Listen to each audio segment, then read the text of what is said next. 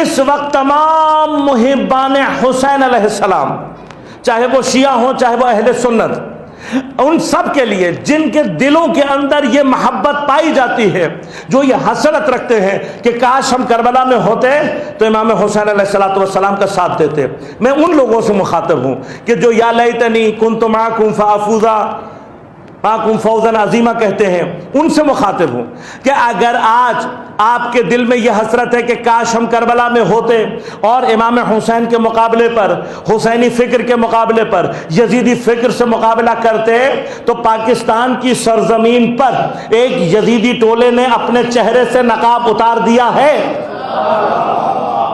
اس یزیدی ٹولے نے اپنے چہرے سے نقاب اتار دیا ہے۔ اب اگر یزیدی ٹولہ اپنے آپ کو میدان میں لے آیا ہے تو کل جو حسین کے ساتھ کربلا میں نہیں تھا لیکن چاہتا ہے کہ اس کا حشر قیامت کے دن حسین کے ساتھ ہو، تو آج اس کے لیے بہترین موقع ہے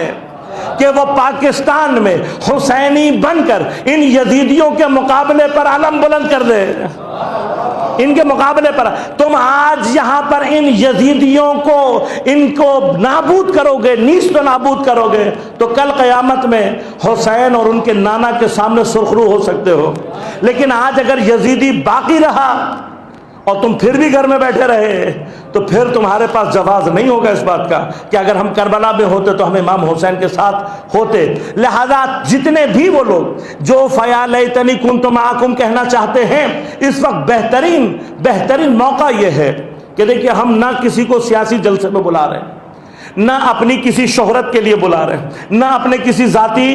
مفاد کے لیے بلا رہے ہیں۔ جلوس ہے حسین کا، جلوس ہے حسین کا، حسین کا نام، حسین کی شہرت۔ آج اگر پاکستان میں یزیدی ٹولہ یزید زندہ باد کا نعرہ لگا کر اپنی یزیدیت کو ثابت کر چکا ہے، تو جس نے کربلا میں حسین کے ساتھ ہونے کا اظہار کیا ہے، میرے جلوس میں نہیں، میرے جلسے میں نہیں، اربعین حسینی میں، چہلم حسینی میں حسین کے جلوس میں شریک ہو جائے اور لبیک یا حسین کہہ کر، حسین زندہ باد کہہ کر ان یزیدیوں کو یہیں نیست و نابود کر دو۔ تم نے اپنی حسینی قوت کا اگر آج اظہار کر دیا تو اس آیت کا مصداق بھی بن جاؤ گے، اس آیت کا مصداق بھی۔